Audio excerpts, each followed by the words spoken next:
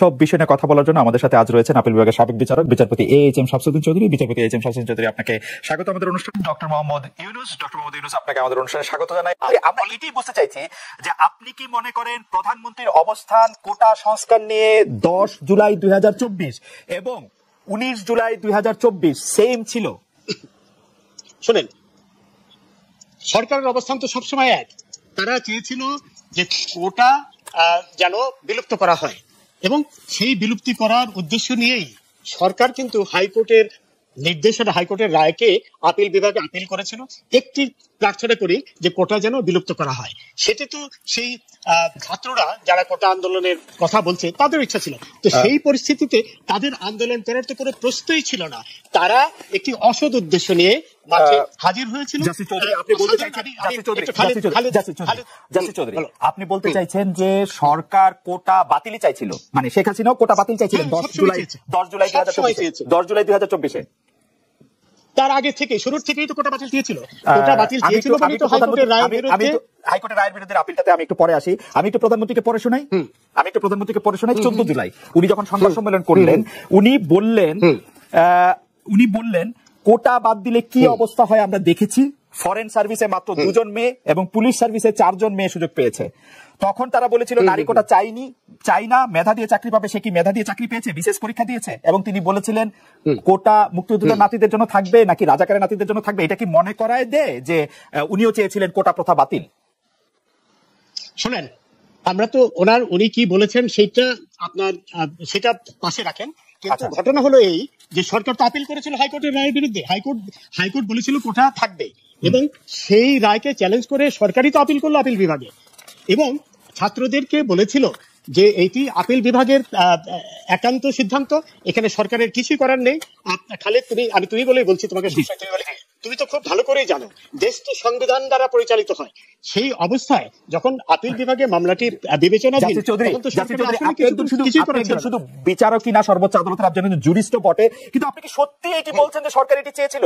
সরকার appeal করেছে, সরকার না চাইলে সরকার অ্যাটর্নি জেনারেলকে এই ব্রিফই দেয় নাই যে কোটা বাতিলের পক্ষে গিয়ে কথা বলো। এই ব্রিফ দিয়েছে আন্দোলন শেষ হওয়ার পরে 18 আগস্টে পরে। প্লিজ তুমি পিটিশনটা দেখো। পিটিশনে অ্যাটর্নি জেনারেল সর্বোচ্চ আইন কর্মকর্তা গেছিল, সেখানে কোনো ডেপুটি অ্যাটর্নি জেনারেল বা অতিরিক্ত অ্যাটর্নি জেনারেল যায়নি। সেখানে আপিল করেছিল সেই হাইকোর্টের রায়, অর্থাৎ কোটা বাদ করার প্রার্থনা নিয়ে আপিল করেছিল। তো এই ঘটনার পর তো এই ব্যাপারে আর দ্বিমত পোষণের কোনো অবকাশই থাকে না। সরকার চেয়েছিল এই কোটা বাদ করতে, কিন্তু এই সাধারণ ছাত্ররা তো এটা বুঝতে পারেনি। সাধারণ ছাত্রদের বোঝানো উচিত ছিল যে এটি সরকারের হাতে নয়, এটি আপিল বিভাগের হাতে। কারণ সাধারণ ছাত্রকে অনেক জ্ঞানী গুণী লোকও কিন্তু জানে না যে সরকার আর সুপ্রিম কোর্ট সম্পূর্ণ আলাদা দুটি সত্তা। সুপ্রিম কোর্ট সরকারের অংশীদার এবং সুপ্রিম কোর্টের বিচারপতিরাও সরকারের কর্মকর্তারা। এই জিনিসগুলো বোঝানো হয়নি, তাদের বোঝানো হয়েছিল। আপনি এটি বলছেন প্রধানমন্ত্রী 14 জুলাই বলেছিলেন যে আদালতের নির্দেশ অনুযায়ী আমার কার কিছু করার নাই। পরে দেখা গেল যে অনেক কিছু করার আছে।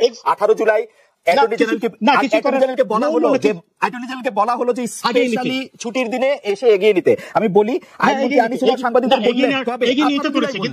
18 জুলাই বললেন। খালেদ, না যেদিন না, তার আগে তো হাইকোর্টের রায়ের কপি না পাওয়া পর্যন্ত তো সেই সুযোগ ছিল। হাইকোর্টের রায় পাওয়া গেল 14 জুলাই পাওয়ার পরে ইমিডিয়েটলি তারা এগিয়ে নিয়েছে। কিন্তু ইমিডিয়েটলি না, 18 জুলাই এগিয়ে নিয়েছে। জাস্টিস চৌধুরী 18 জুলাই এগিয়ে নিয়েছে। আগে 18 জুলাই আগিয়ে নিয়েছে। যখন এটি তো একটা প্রক্রিয়ার ব্যাপার। হাইকোর্টের রায় পেল, সেটি জমা দিল, সেখানে তারা লিভ টু অ্যাপিল অ্যাপ্লিকেশন করতে হলো। এটি একটি প্রক্রিয়ার ব্যাপার, কিন্তু তারা তো আপিল বিভাগের রায় তো আর খণ্ডন করেনি বা করতে পারে না। খণ্ডন করলে তো তারা আদালত অবমাননার দায়ে অভিযুক্ত হতো। যে রায় দেওয়ার আগে রায়টি হয়েছে 21 জুলাই। প্রধানমন্ত্রী 17 জুলাই জাতির উদ্দেশ্যে ভাষণ করে বললেন যে তোমাদের রায় পছন্দ হবে তোমাদের। How could she no? না, আশা করি পছন্দ হবে এই কথা বলেছে। এখানে কথা হলো, বলেছে যে তোমার রায় পছন্দ। প্রধানমন্ত্রী তো আর সুপ্রিম কোর্ট পরিচালনা করে না, তাই না? কথা হলো মোটেও প্রধানমন্ত্রী ওই ধরনের কোনো কথাই বলেনি। এইভাবে টুইস্ট করা তো ঠিক না। শোনো, এইখানে কথাটা হলো যে সরকারকে তো অপেক্ষা করতে হয়েছে যে সুপ্রিম কোর্ট কি বলে। এর বাইরে তো কিছু করার ছিল না। এর বাইরে করা মানে সংবিধানকে করে দেওয়া। এটা একটা বিদ্রোহের মতো। সংবিধানের বাইরে কিছু করা। আপনি প্রধানমন্ত্রীর কথা শুনবেন না, আপনি কি আইনমন্ত্রীর কথা শুনবেন? আইনমন্ত্রী কথা আইনমন্ত্রীটা তো আমি দেখবো ডকুমেন্ট প্রধানমন্ত্রী কি বলেছে সেটা তো না, আমি দেখবো ডকুমেন্ট। অ্যাটর্নি জেনারেল ব্রিফ ছিল না এই মামলাটি পরিচালনা করার ব্রিফ ছিল না, অ্যাটর্নি জেনারেলের ব্রিফ ছিল কোটা রাখার পক্ষে। Listen Khaled, don't confuse things, বুঝছো? অ্যাটর্নি জেনারেল যে পিটিশনটা করেছে সেই পিটিশনের কপি আমি দেখেছি। সেই পিটিশনে তারা চেয়েছে যে হাইকোর্টের রায় বাতিল করা হোক, এবং সেটাই কিন্তু সেটাই ছিল তাদের পিটিশনের কথা যখন লিভ টু অ্যাপিল করলো সেই একদম শুরুর থেকেই। এবং অ্যাটর্নি জেনারেল বারবার বলছিল যে এইটাই নিয়েই আমরা অ্যাপিলের ডিভিশনে যাচ্ছি, আইনমন্ত্রী বলেছে এটা নিয়ে। আমি তো ডকুমেন্টের কথা বলবো, ডকুমেন্ট বলছে যে সরকার প্রথম থেকেই, এবং ইনফ্যাক্ট এই মুখের কথা আপনি গুরুত্ব দিবেন না, শেখ হাসিনার মুখের কথা আমি সেখানে যাচ্ছি না, যাওয়ার কোনো সুযোগও নেই। আমি দেখবো ডকুমেন্ট কি বলে। ডকুমেন্ট পরিষ্কার ভাষায় বলে, শেখ হাসিনা পরিষ্কার ভাষায় সংবাদ সম্মেলনে বলছেন যে তিনি কোটা চান, আর তার অ্যাটর্নি জেনারেলকে বলছেন যে কোটার বিরুদ্ধে গিয়ে ব্রিফ মানে লড়াই করো। না, আপিল বিভাগে কি দরখাস্ত করেছে সেটা আমি দেখবো, সেটা হলো ডকুমেন্টের ব্যাপার। সেখানে অত্যন্ত স্পষ্ট ভাষায় তারা চ্যালেঞ্জ করেছে হাইকোর্টের রায়, বলেছে যে হাইকোর্টের রায় বাতিল করা হোক। সেটাই ছিল একেবারে শুরুর থেকে, সেটাই ছিল বড় কথা। এবং আমাদের একটু বলবেন যে আপনি যে ডকুমেন্টটা দেখেছেন, অ্যাটর্নি জেনারেল ব্রিফ রেডি করেছেন, যে আপিল রেডি করেছে, সেটা কত তারিখে করা?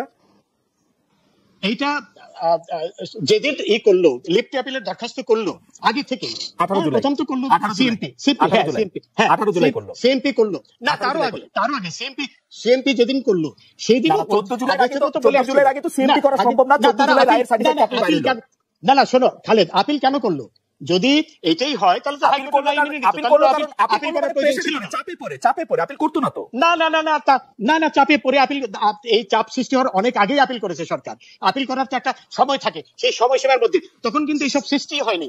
এইসব শোনো, অত্যন্ত স্পষ্ট যে একটি কুচক্রী মহল, যে 71-এর পরাজিত অপশক্তি বিএনপি, শিবির, জামাত, এরা মিলে এই ঘটনাটি ঘটিয়েছে, এই পরিস্থিতি সৃষ্টি করেছে একই উদ্দেশ্যে, সরকার পতনের কারণ ঘটানোর জন্য। আমরা আবার আপনার কাছে আসবো। আমরা গত কয়েকদিন ধরে আপনার কথা শুনতে পাচ্ছি, আমরা শুনছি আপনার সুচিন্তিত মতামত। আমি শুধু এটি জানতে চাইবো যে জাসির চৌধুরী, আপনি কি আমাকে একটু বলবেন যে 1 জুলাই থেকে নিয়মতান্ত্রিক ভাবে এই আন্দোলন তারা করছে, ঠিক কবে থেকে জামাত বিএনপি এই কোটা আন্দোলনকারীদের? নিয়মতান্ত্রিক ভাবে এই আন্দোলন কখনো নিয়মতান্ত্রিক ভাবে হয়নি। রাস্তা বন্ধ করে দেওয়া, এটিকে তুমি নিয়মতান্ত্রিক আন্দোলন বলতে পারো না। সমস্ত যানবাহন বন্ধ করে দেওয়া, রেল আন্দোলন তো রাস্তা বন্ধ করে আন্দোলন, অবশ্যই রাস্তা খোলা রাখাটাই তো অশান্তির সৃষ্টি করা, এবং সমস্ত যানবাহন, সমস্ত মানুষের চলাচল সব বন্ধ করে দিয়েছিল। এইটিকে কোনো অবশ্যই নিয়মতান্ত্রিক আন্দোলন বলা যায় না। তখন যদি এটি বলা হইতো, আমি তো নিজে দেখেছি, আমি নিজে বেরোতে পারিনি, রাস্তার মানুষ বেরোতে পারিনি, বাংলাদেশে কোনো কিছু আন্দোলন চলবে না তাহলে, বাংলাদেশে কোনো কিছু আন্দোলন চলবে না তাহলে। নিয়মতান্ত্রিক আন্দোলন আর এই অশান্তির আন্দোলন সম্পূর্ণ আলাদা জিনিস। যদি নিয়মতান্ত্রিক আন্দোলন হতো তাহলে তো এইসব হতো না। তারা যদি রাস্তা বন্ধ না করতো, তারা যদি এমনিতে রাস্তা বন্ধ করাটা কোন অবস্থায় নিয়মতান্ত্রিক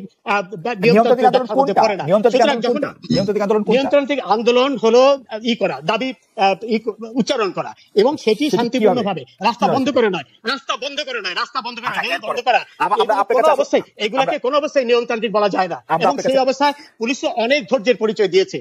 পুলিশ, কারণ প্রত্যেকের আমার অধিকার ছিল, সবার অধিকার ছিল চলাচল করার, সেই অধিকার যখন খণ্ডন করা হলো, তাকে আর কোনো অবস্থায় নিয়মতান্ত্রিক আন্দোলন বলা যায় না।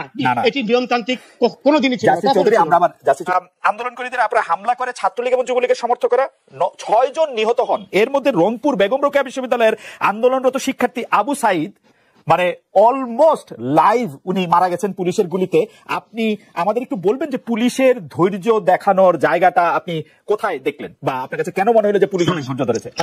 আচ্ছা শোনো, প্রথম কথা হলো যে বাংলাদেশের স্বাধীনতা পূর্ববর্তী সময়ে যেসব আন্দোলন হয়েছে সেই সব আন্দোলনের সাথে এখনকার কোনো কিছুই তুলনা করাটা দুর্ভাগ্যজনক। তখন আমরা স্বাধীনতার জন্য পাকিস্তানি ইসে থেকে, কলোনিয়াল ইয়ক থেকে মুক্তি পাওয়ার জন্য আমরা আন্দোলন করেছি।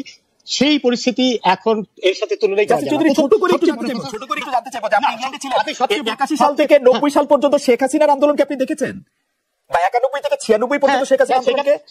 সেখানে কোনো স্বাধীনতা পরে, আমি ইদানিং কালে, হ্যাঁ স্বাধীনতা পরে, ইদানিং 15 বছরের আওয়ামী লীগ ক্ষমতায় শেখ হাসিনা আন্দোলন অশান্তি, ইদানিং কালেও এই গাজার ব্যাপারে মার্কিন যুক্তরাজ্য সহ বিভিন্ন দেশে যে আন্দোলন হয়েছে, সেখানে কিন্তু অশান্তিকর আন্দোলন কিন্তু কখনো হয়নি, এবং যেখানে অশান্তিকর আন্দোলন করার চেষ্টা করেছে সেখানে কিন্তু অন্যরকম ফলাফল হয়েছে। এখন কথা হলো যে, প্রথম কথা হলো আন্দোলন তো করার কোনো প্রয়োজনই ছিল না, যেখানে সরকারও একই কথা চাচ্ছিল, কোটার বিলুপ্তি। এবং এখানে আমি একটি কথা বলতে চাই খালেদ, যেদিন অ্যাটর্নি জেনারেল যেদিন চেম্বার আদালতে গেলেন মাননীয় বিচারপতি এনায়েতুর রহিমের চেম্বারে, সেদিন কিন্তু উনি এই কথাটাই বলেছিলেন যে হাইকোর্টের যে আদেশ সেটিকে স্টে করে দেওয়া হোক। অর্থাৎ এটি থেকে অত্যন্ত স্পষ্ট যে সরকার সবসময় চাচ্ছিল হাইকোর্টের সেই রায়। আমি খুব বিনয়ের সাথে, দর্শক বুঝবে না সেজন্য আমি খুব বিনয়ের সাথে একটা ছোট্ট করে আমি ডকুমেন্ট নিয়ে কথা বলছি, আপনি ছোট করে আমি একটু বলি। অ্যাটর্নি জেনারেল ডকুমেন্টের কথা বলছো না তুমি? আমি এইবার আপনি আমার পরীক্ষা নেন ডকুমেন্ট নিয়ে বলছে কিনা। অ্যাটর্নি জেনারেল যে চেম্বার জজের কাছে গিয়ে বললেন, এনায়েতুর রহিম বিচারপতির কাছে গিয়ে বললেন যে আমরা এটার স্টে চাই,